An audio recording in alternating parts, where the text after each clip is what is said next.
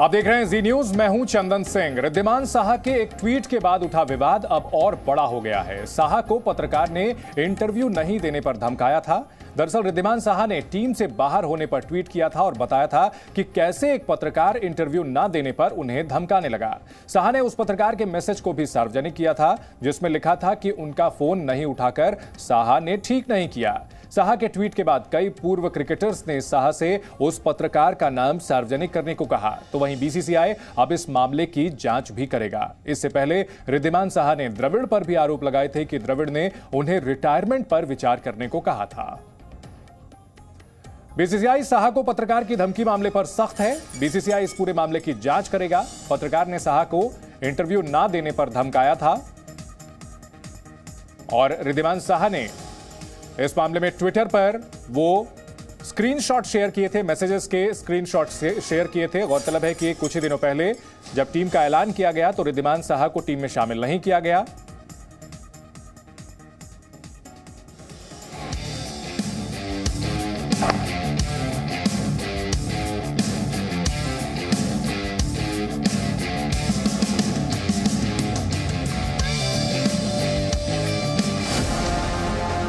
अभी बीसीसीआई और विराट के बीच के विवाद से भारतीय क्रिकेट उबर ही रहा था कि एक और क्रिकेटर के विवाद ने इसे जकड़ लिया है।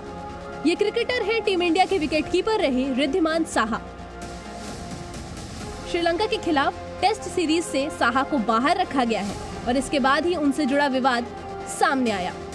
टीम इंडिया से बाहर किए जाने पर साहा ने ट्वीट किया और एक पत्रकार पर धमकाए जाने का आरोप लगाया। साहा ने अपने ट्वीट से पत्रकार के साथ हुई व्हाट्सएप चैट का स्क्रीनशॉट भी शेयर किया। उस स्क्रीनशॉट में पत्रकार की धमकी साफ देखी जा सकती थी।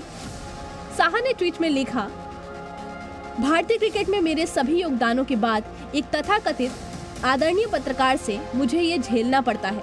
पत्रकारिता देखिए कहां चली गई है। साहा ने ट्वीट के साथ जो तस्वीर शेयर की वो एक व्हाट्सएप चैट की थी जिसमें पत्रकार ने उन्हें इंटरव्यू ना देने पर धमकी दी थी। चैट के मुताबिक पत्रकार ने लिखा कि मेरे साथ इंटरव्यू कर लो, तुम्हारे लिए बेहतर होगा। तुम्हें उस पत्रकार को चुनना चाहिए जो तुम्हारे लिए बेहतर हो। तुमने फोन नहीं किया, मैं कभी दोबारा तुम्हारा इंटरव्यू नहीं करूंगा। मैं बेइज्जती नहीं भूलता और इसे याद रखूंगा। तुम्हें ऐसा नहीं करना चाहिए था। साहा के ट्वीट के बाद पूरा क्रिकेट जगत उनके साथ आ खड़ा हुआ।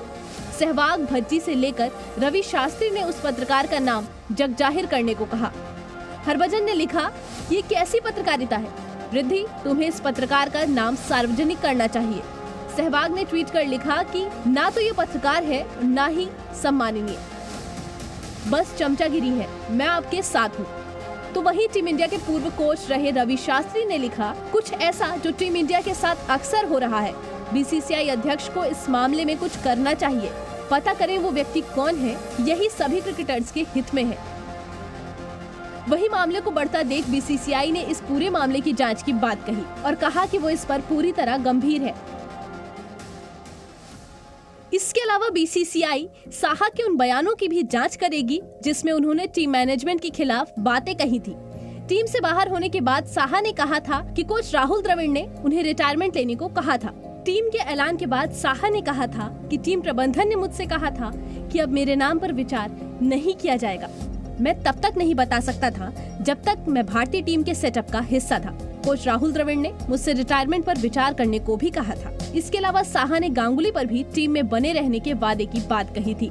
साहा के बयान पर कोच राहुल द्रविड़ ने भी प्रतिक्रिया दी। द्रविड़ ने कहा कि वो उनकी बात से आहत नहीं है। I'm actually not hurt at all because I have a deep respect for Riddhiman Saha and his achievements and his contribution to Indian cricket. My conversation with him actually came from that place, for my respect for him. I just felt, and I think he deserved honesty and he deserved clarity. I constantly have with players, and I'm not hurt about it at all because I don't expect. Honestly, I don't expect players to always like the messages or to agree with everything that I have to say about them. That's not how it works. When you have difficult conversations with people, and sometimes you have to have them with players, you don't expect them to always agree with you or like with you, but that doesn't mean you brush it under the carpet and don't have the conversations. इससे पहले chief selector Chetan Sharma ने भी कहा था कि अब team युवा खिलाड़ियों को मौका देना चाहती है।